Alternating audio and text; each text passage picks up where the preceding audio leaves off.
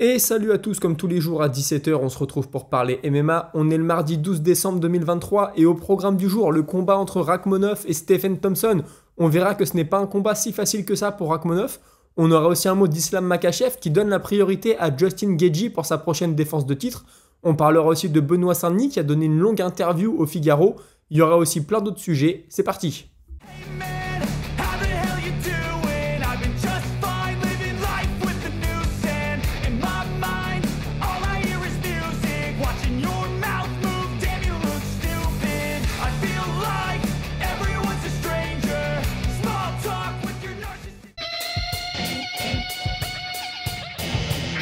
Et on commence avec le vétéran Stephen Thompson, ce sera son 20e combat ce week-end.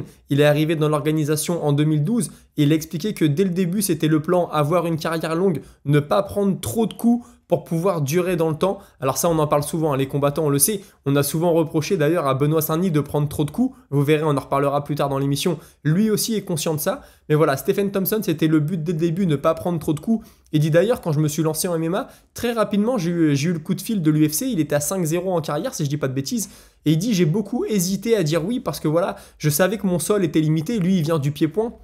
Il dit donc j'avais pas envie d'être ridicule dans la cage et pendant un long moment j'hésitais à dire oui ou à dire non. Il dit voilà, moi je m'entraînais avec des gars comme GSP, Donald Cerrone, Anderson Silva, donc c'est ça aussi qui m'a motivé. Je me suis dit écoute, je m'entraîne avec ces gars-là, je pense que j'ai le niveau pour y aller. Il dit au début, moi je faisais que du pied-point, et puis d'être avec des gars comme Georges Saint-Pierre, comme Donald Cerrone, je me suis dit allez, moi aussi j'ai envie de me tester au MMA.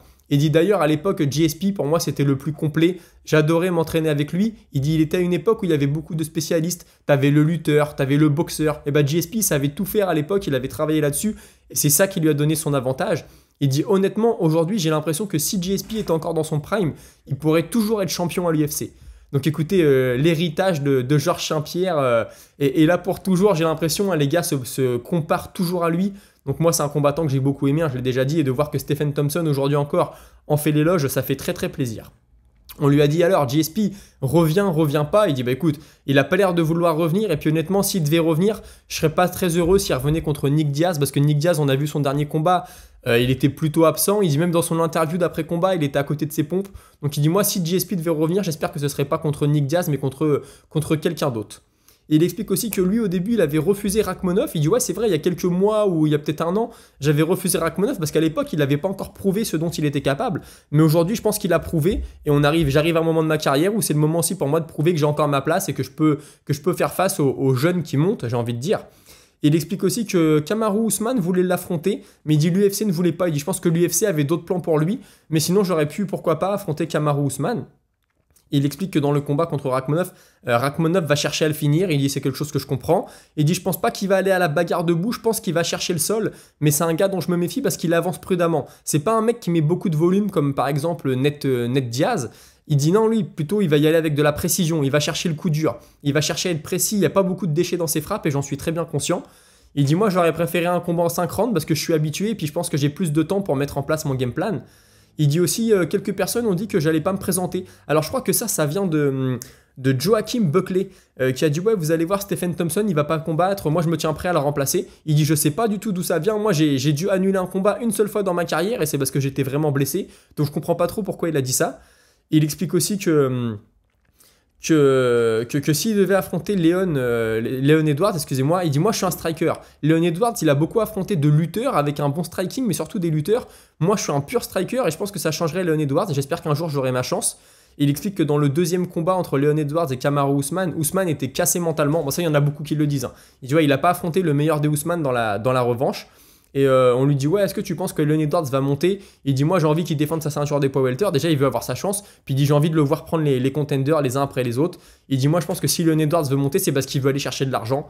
Écoutez j'ai envie de dire on peut pas lui reprocher. Et puis en tout cas il dit oui ça va être très drôle la conférence de presse parce que bah, Stephen Thompson pour ceux qui le connaissent pas c'est un mec très discret, très poli, un peu dans la lignée des Georges Saint-Pierre j'ai envie de dire. Et là, il va y avoir une conférence de presse avec que des grandes gueules. Il dit ouais, vous allez voir, personne ne va me poser de questions. Il dit je me souviens, j'avais fait une conférence de presse avec Conor McGregor, j'ai eu le droit à une seule question et je pense que c'est parce que le journaliste m'a pris en pitié. Donc ça m'a plutôt fait rire, il est très conscient de ça. Et écoutez, la réponse, je crois que ça va être jeudi, hein, la conférence de presse. On en parlera dans la minute auditeur, mais il y en a un de vous qui m'en a parlé. qui m'a dit oui, tu vas voir la conférence de presse, ça va être mortel. Bah, c'est sûr, mais c'est pas Stephen Thompson qui va faire le show en tout cas. Donc écoutez, maintenant place à son adversaire, place à Rakhmonov. Il explique qu'il devait combattre Kelvin Gastelum mais que Gastelum s'est blessé. Il dit écoute, c'est comme ça, on est dans un sport où il y a beaucoup de blessures. Il s'est blessé, il a annulé le combat, j'ai rien contre lui. Et il explique qu'il ne sous-estime pas Thompson. Il dit non, Thompson il est pas fini. C'est un mec qui est là depuis longtemps, il est dans le haut de la catégorie depuis un moment, ça va pas être facile d'aller le chercher. Et il explique aussi qu'il est très content de sa team, hein. Il s'entraîne dans la même team, vous savez que Vicente Luque, Gilbert Burns, etc. Et du moins c'est une team que j'aime beaucoup, les gens sont très solidaires et ça me permet d'avancer. Il explique qu'il aimerait être champion d'ici 2024. Il dit je pense que 2024 ça peut être l'année du titre pour moi, mais je m'avance pas, on m'a rien promis. On m'a pas dit si tu gagnes ce week-end t'as ta chance au titre, ce qui est normal, hein. Il est encore un petit peu loin, je pense qu'il a encore au moins 2 combats à faire pour être dans la conversation, ou voir un combat contre Thompson, une grosse performance et après peut-être que son nom sera tout là-haut. Maintenant voilà, et il explique que rien lui a été promis, donc il verra, c'est le destin. Il explique aussi que sa sœur combat et que sa sœur pourrait un jour combattre à l'UFC. Donc vous voyez, je savais pas du tout. Dans son pays, sa notoriété monte en flèche. Il dit ouais, de plus en plus, il y a des avantages et des inconvénients. Mais qu'est-ce que vous voulez, c'est comme ça, quand tu commences à gagner à l'UFC, tu as de l'exposition et les gens s'intéressent à toi. Et il explique aussi qu'il a été rencontrer le président de son pays. Il dit ouais, c'était vraiment un honneur, je pense qu'il s'intéresse vraiment à ma carrière. Donc vous voyez, c'est cool. Dans certains pays comme ça, les sports de combat ont encore une très grosse place. Nous, en France, je pense pas que c'est demain qu'on va voir un de nos combattants rencontré par le Premier ministre ou par le président. Après, je peux me tromper. Mais voilà, c'est des pays où on a encore cette culture guerrière, hein. Ça n'a pas été trop cassé, ça n'a pas été trop rabaissé. Il y a encore beaucoup de prestige à être un combattant. Et puis il explique que pour la conférence, lui c'est pareil, comme Thompson, c'est pas un mec qui fait beaucoup de trash talk. Il dit ouais, je comprends, va y avoir la conférence de presse, c'est du business. Les gens aiment bien voir du spectacle dans la cage et en dehors de la cage, donc moi je serai là à la conférence de presse. Écoutez, dans ce combat, moi très honnêtement, je pense que Rakhmonov peut le faire. Je pense surtout que s'il va amener le combat au sol, il va être largement meilleur que Stephen Thompson. Maintenant, s'il part dans une guerre des égos, qu'il essaye de rester debout, de faire un peu de la bagarre, ça peut être très dangereux parce que Thompson, faut pas le sous-estimer, il a le rôle de gatekeeper dans ce combat, mais attention, il va très vite avec les poings, il est très précis, il peut monter les jambes très rapidement. Donc moi, si j'étais Rakhmonov, et je pense qu'il le sait, j'irais très rapidement chercher le sol, et puis j'essaierai de faire de ce combat le combat le plus facile possible. Très hâte de voir ça. Rakhmonov, moi, ce que je lui reproche un peu, c'est qu'il a, comme on dit souvent, la nuque un peu raide. Il a pas beaucoup de mouvements de tête. Contre Geoff Neal, il s'était fait pas mal toucher. Je pensais qu'il arriverait à se défaire de Neal plus rapidement que ça. Maintenant, il avait quand même gagné le combat, hein. Mais voilà, j'avais vu des limites dans ce combat. Ça veut pas dire qu'il sera pas champion. Ça veut pas dire qu'il va perdre samedi. Mais voilà, il y a un petit bémol et j'espère qu'il va me faire mentir ce week-end. On passe maintenant à Benoît Saint-Denis, puisque voilà, vous avez sûrement vu passer, Benoît Saint-Denis a accusé, alors c'était pas non plus, il n'aura pas non plus fait les gros titres des journaux, mais voilà, il a dit, je pense que la team Nurmagomedov, ils sont dopés, je pense qu'ils le font très intelligent, mais pour moi, ils sont dopés. Là, il y a le Oumar Nurmagomedov, si je dis pas, c'est Oumar ou Ousmane, Ousmane, celui qui est champion Bellator, qui s'est fait choper pour dopage. Il dit le champion actuel de l'UFC, Islam Makhachev, s'était fait choper en 2016. Il dit moi je pense qu'ils le font. Ils le font très intelligemment, mais ils le font. Mais c'est pas tout ce qu'il a dit dans cette interview. C'était une interview qu'il a accordée au Figaro. Voilà, il a expliqué que quand Bobby Green a perdu son adversaire, à savoir Dan Hooker, il dit moi j'étais à 82 kilos, j'étais en vacances, c'était un peu dur pour moi de cutter le poids. Puis il dit voilà, pour affronter Bobby Green, bon ça m'intéressait pas trop. Il dit par contre ça aurait été Dan Hooker, un combat contre Dan Hooker, je pense que ça m'aurait fait monter au classement. J'aurais peut-être pensé à dire oui, mais il dit voilà, il y a rien de sûr.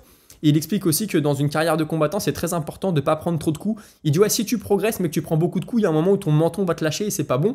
Alors le journaliste lui dit ah ouais, du coup ça veut dire que tu vas devenir un peu moins offensif dans tes combats. Il dit non, moi je vais rester offensif, c'est mon ADN de combattant, mais vous remarquerez que dans mon dernier combat, j'ai pas pris énormément de coups. Il a pas tort, c'est vrai, il a pas pris énormément de coups. Donc voilà, il est conscient de ça, sa team appuie beaucoup là-dessus, lui aussi. Et il explique qu'il a Gamrot dans le viseur, il dit j'aimerais beaucoup combattre Gamrot, idéalement à Paris au mois de mars. Il dit moi de toute façon maintenant je veux prendre un gars qui est classé devant moi pour continuer à grimper les échelles. Et il a réitéré, hein, il dit si demain on me donne l'opportunité de combattre Makhachev, je dis oui tous les jours. Et il explique aussi qu'il a une équipe à taille humaine, j'en avais parlé dans l'épisode spécial que j'avais fait. Il dit pour moi c'est très important, il y a des teams un peu comme la Hatch Academy, le MMA Factory. C'est vrai qu'ils ont des mecs qui sont tout là-haut, mais ils ont des centaines de combattants. Et tu peux pas coacher tout le monde de la même façon. Il faut beaucoup de coachs. Il dit ouais, tu vois, aux États-Unis il y a des équipes où il y a beaucoup de combattants à l'UFC, mais c'est des équipes où il y a au moins 10 coachs. Donc un coach se concentre sur 3 à 5 combattants. Et ça, selon moi, c'est la clé de la réussite. Il dit moi je crois pas au fait que tu puisses avoir une usine à champions comme ça. Il dit c'est faux. Il dit en plus en France on n'a pas encore énormément de coachs qui sont capables de t'emmener au niveau mondial. Il dit on en a peut-être 5 ou 6, mais voilà, faut former des coachs, faut que les mecs se fassent la main et ensuite un jour peut-être on pourra avoir des super structures avec beaucoup de coachs. Vous savez, je vous avais parlé que le PSG voulait lancer une section MMA. Il dit, moi, j'y crois pas trop. Je pense qu'on n'a pas encore le nombre de coachs nécessaires. Va y avoir trop de monde. Ça va bouchonner. Les coachs pourront pas prendre le temps. Il dit, moi, pour moi, un bon coach, c'est un mec qui te connaît. Il te connaît personnellement. Il suit ta diète. Il suit ton sommeil. Il suit ton emploi du temps. C'est vraiment quelqu'un sur qui tu peux t'appuyer. Et ça, un entraîneur, s'il a 15 combattants professionnels, il peut pas le faire avec tout le monde. Je suis plutôt d'accord avec lui. Écoutez, la suite, ça va être le moment Colby Covington. Je vous ai dit que tous les jours, on allait avoir des sorties magnifiques de Colby Covington. Et bien écoutez, il a réitéré. Il a parlé notamment de Robert Whittaker. Il dit, ouais, il vient de perdre le combat. Ensuite, il vient de perdre la ceinture, pardon. Ensuite, il perd un combat de contender. Donc, il n'y a aucun sens pour moi. Moi, je suis sur le point de devenir le champion poids welter, champion du monde welter. J'ai pas envie de perdre mon temps à organiser un combat avec Whittaker. Et puis, je pense que l'UFC n'a pas envie de perdre leur temps non plus. Écoutez, petite cartouche pour Whittaker. Whittaker, moi, j'aime beaucoup. C'est pas un mec qui trash talk. Bah, c'est vrai que de toute façon, si Covington prend le titre et qu'un jour il veut monter, je vois pas l'intérêt de prendre un mec qui n'est pas champion. Même si j'aime beaucoup Robert Whittaker, je pense que ce sera un combat très compétitif. Maintenant, si Covington montait sans être champion, prendre Whittaker direct, là pour moi ça ferait du sens. Tout de suite tu serais dans les bonnes conversations, et puis Covington, Whittaker, ça donnerait un très très bon combat. Et concernant une autre grande gueule du sport, Sean Strickland, champion poids moyen. Alors il dit ouais, ce mec-là, tout ce qu'il parle, quand il parle de lui, en fait, il se rêve. Il a pas les pieds sur terre. Alors je paraphrase ce qu'il a dit. Il dit ouais, moi j'aimerais bien lui mettre une gifle pour le faire redescendre sur terre, etc. Bon écoutez, il s'acharne un peu sur Sean Strickland. Alors ce qui est bien, c'est que Covington, il cherche le buzz. Et Sean Strickland ne sera pas sans lui répondre, donc ça peut monter quelque chose. Est-ce qu'il essaye déjà de se placer pour un combat en poids moyen? Écoutez, je sais pas, j'espère pas. Vous savez, moi j'aime bien quand les champions règnent, quand les champions défendent leur ceinture. Donc s'il venait à prendre la ceinture et qu'il montait tout de suite, ce qui est sûr, c'est qu'avec sa personnalité, si c'est Strickland le champion, l'UFC se frotterait peut-être les mains d'organiser un combat plus que Edwards. Vous voyez, Edwards très bon dans la cage, j'ai rien contre lui, mais c'est pas le roi du trash talk, c'est pas le meilleur des mecs pour se vendre. Donc l'UFC serait peut-être un peu réticente à le faire combattre, mais si Strickland gagne contre Duplessis, Covington est champion, les deux commencent à se chauffer. Je vous dis, pourquoi pas, peut-être on pourrait voir ce combat. Je dis pas que je le souhaite, mais je dis que c'est une possibilité. Ensuite, on passe à Islam Makhachev, champion des poids légers de l'UFC. Il expliquait qu'il n'était pas très intéressé par les revanches, par les rematchs. Voilà, il fait référence à Oliveira, à Tsarukyan. Il dit, moi je pense que pour la division et pour mon record, pour mon palmarès, c'est bien d'avoir des nouveaux noms les uns après les autres. Ça, c'est pas faux, je suis d'accord. Donc il dit, pour moi, j'aimerais beaucoup un combat contre Justin Gaethje. Alors du point de vue du style, vous savez, je pense que ça serait plus simple pour lui d'affronter Gaethje, même si Gaethje peut lui décrocher la tête sur un uppercut, bien sûr. Mais voilà, il a déjà battu Oliveira plutôt facilement. Il a battu Tsarukyan, mais Tsarukyan c'était il y a longtemps. Moi je pense qu'un rematch contre Tsarukyan ça fait du sens parce que c'était il y a longtemps. Oliveira en soi, j'ai aussi envie de voir le combat, mais c'est vrai qu'il s'en est vraiment défait facilement dans le premier combat. Donc écoutez, l'UFC était plutôt parti pour un combat contre Oliveira. Il semblerait qu'il n'y ait rien d'officiel, rien de signé, donc est-ce que Gaethje aura sa chance? Il faut savoir que Gaethje et Makhachev, ils ont le même manager. Alors on lui a peut-être dit, écoute, ça serait bien si tu parlais pour Gaethje. Bon écoutez, j'en sais rien. Maintenant, moi, c'est vrai que voir des rematchs et des rematchs, c'est parfois un peu chiant. Oliveira, au vu de sa carrière à l'UFC, il le mérite, le rematch en réalité. Hein. Maintenant, voilà, est-ce que ce sera Gaethje, est-ce que ce sera Oliveira? Je pense qu'un combat contre Oliveira sera quand même un peu plus compétitif, malgré le premier combat, qu'un combat contre Gaethje, parce que Gaethje, j'ai l'impression que si Makhachev amène le combat au sol, c'est terminé. Tsarukyan, c'est ce que je préférerais, mais Tsarukyan il est peut-être encore à un combat du Graal, j'ai envie de dire. Donc écoutez, l'avenir nous le dira. On passe chez les poids moyens et direction le Brésil avec Alex Pereira, puisque son ami et partenaire d'entraînement, Glover Teixeira, a déclaré que c'était quelqu'un de très sérieux et qui pourrait pourquoi pas un jour combattre chez les poids lourds. Il dit voilà, je pense qu'à 242 pounds, ça sera un bon poids pour lui. Donc 242 pounds, grosso, on doit être à 110 kg, un peu en dessous de 110 kg peut-être. Bon, Pereira chez les poids lourds, je suis pas convaincu. Moi, je le vois, il est massif, il est impressionnant. Chez les poids moyens, il est impressionnant. Chez les poids lourds légers, il est un petit peu moins. Est-ce qu'il pourrait faire le poids? Oui, je pense. Maintenant, combattre à ce niveau-là, combattre l'élite, ça serait un peu compliqué à mon avis. Mais écoutez, est-ce qu'il s'ouvre une petite porte au cas où? Peut-être. Et puis pour finir, quelque chose d'assez drôle, il y a la fille de Brock Lesnar, ancien combattant de MMA, ancien combattant de l'UFC, catcheur. Écoutez, sa fille, elle a la génétique de son père, j'ai envie de dire. Alors elle a gagné un titre, je crois, universitaire de lancer de poids ou quelque chose comme ça. J'ai vu ça tourner sur les réseaux, ça m'a fait rire. C'est vrai qu'elle est vraiment taillée, c'est impressionnant. Brock Lesnar, on sait qu'il a joué de la seringue pendant toute sa carrière. Maintenant, voilà, sa fille, je ne sais pas, mais en tout cas, on peut dire que dans la famille Lesnar, il y a une sacrée génétique. Écoutez, on a fait le tour de l'information pour aujourd'hui. Je vous propose de passer à la Minute Auditeur. Minute Auditeur que je commence avec David DoB6781 qui me dit que Khalil Rountree a fait preuve de classe et de fair play. Il n'a pas donné les coups de trop au sol. Respect, je lui souhaite le meilleur. entièrement d'accord avec toi. On a vu, il a mis Anthony Smith au sol ce week-end, il a levé le bras, et l'arbitre a pu s'interposer. C'est vrai qu'il aurait pu lui mettre un coup de poing là, un marteau au sol, ça va tomber sur lui comme une masse, un peu comme avait pu le faire Overeem contre, excusez-moi, Ngannou contre Overeem, même si Smith n'était pas KO comme l'était Overeem. Mais il aurait pu vraiment lui mettre quelques coups, des coups en trop, il l'a pas fait, c'était très classe de sa part. On a Vincente Mata qui me dit l'UFC 300 va être énorme, mais je pense qu'il nous prépare une dinguerie pour l'UFC 301.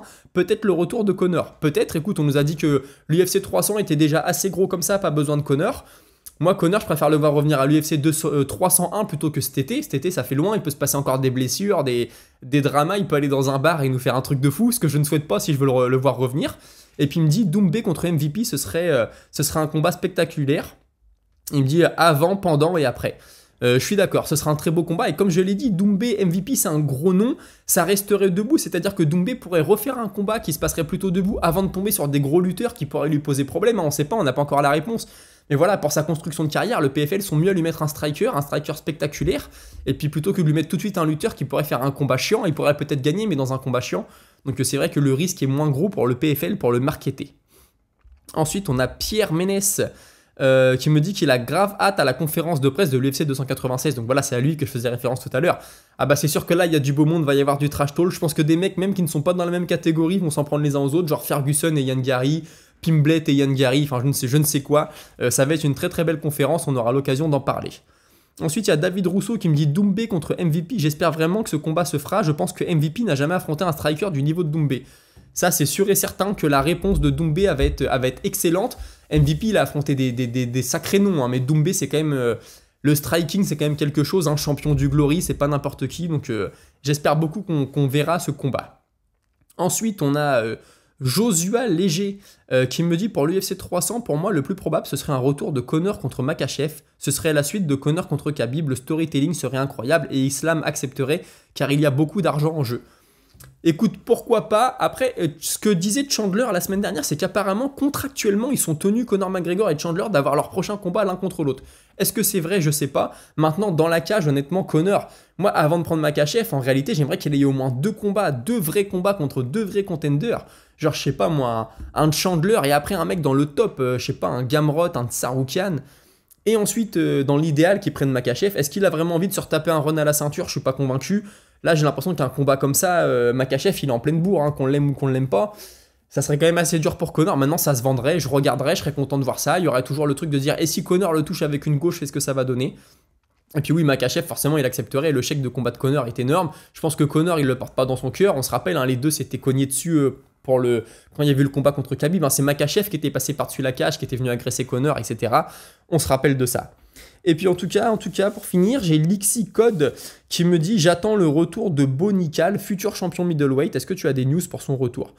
Pas du tout. Bonical, je pense qu'il est encore jeune. Je pense qu'il va combattre début d'année, à mon avis. Je pense qu'il veut être actif. S'il n'est pas blessé, c'est vrai que je vois des choses passer sur les réseaux, mais ça n'a rien à voir avec le combat. Donc écoutez, Bonical, moi j'aime beaucoup. C'est un peu jeune dans sa carrière pour savoir s'il sera champion. Mais en tout cas, pour l'instant, de ce qu'il a montré, je suis d'accord avec toi. Peut-être qu'un jour, on le verra avec la ceinture. Gros lutteur. Faut qu'il bosse encore son striking, mais pourquoi pas, combattant qu'on va suivre de très près dans le futur. Écoutez, c'est tout pour aujourd'hui. Merci d'avoir suivi l'émission. On se retrouve demain à 17h. N'hésitez pas à liker, à commenter, etc. etc. À demain 17h. Salut!